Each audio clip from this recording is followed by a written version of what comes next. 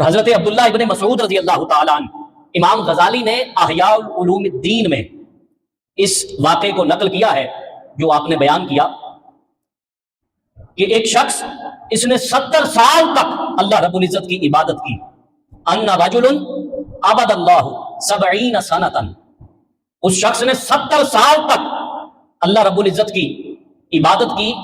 لیکن اللہ رب العزت کا کرنا ایسا ہوا فَأَصَابَ فَاحِشَةً کہ ہوا یوں کہ اس سے اچانک ایسا بے حیائی کا عمل سرزد ہو گیا کہ اس کی 70 سال کی عبادت کو ضائع کر دیا گیا.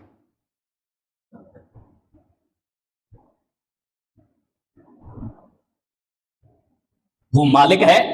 جو چاہے مرضی کرے، اس سے کون سا کوئی سوال کر سکتا ہے، اس سے کون سا کوئی پوچھ سکتا ہے کہ تو نے ایسا کیوں کیا. 70 سال کی عبادت اس کے ایک بے حیائی کے عمل پر اللہ رب العزت نے ختم کر دی. اب ہوا یوں کہ وہ شخص بغداد کی گلی میں اپنے گھر والوں کے لیے روٹیاں لینے کے لیے نکلا. روٹیاں لے کر واپس آ رہا تھا کہ ایک فقیر نے صدا دی اور کہا کہ اللہ کے نام پر مجھے کچھ دو.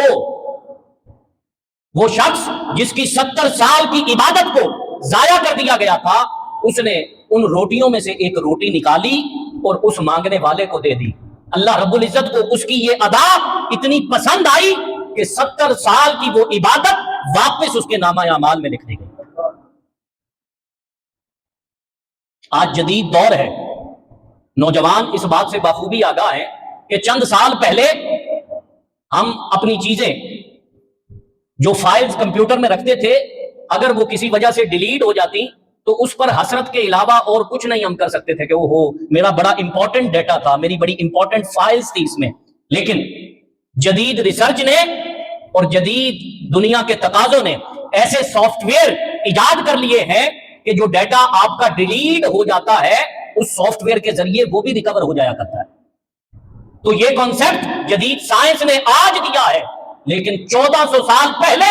اسلام نے یہ کانسیپٹ اپنے ماننے والوں کو دیا کہ نیکیوں کا ڈیٹا اگر ڈیلیٹ ہو جائے تو اللہ کی راہ میں خرچ کرنا یہ ایسا سافٹ ویئر ہے جس سے 70 سال کی ڈیلیٹ شدہ نیکیاں بھی واپس آ جایا کرتی ہیں.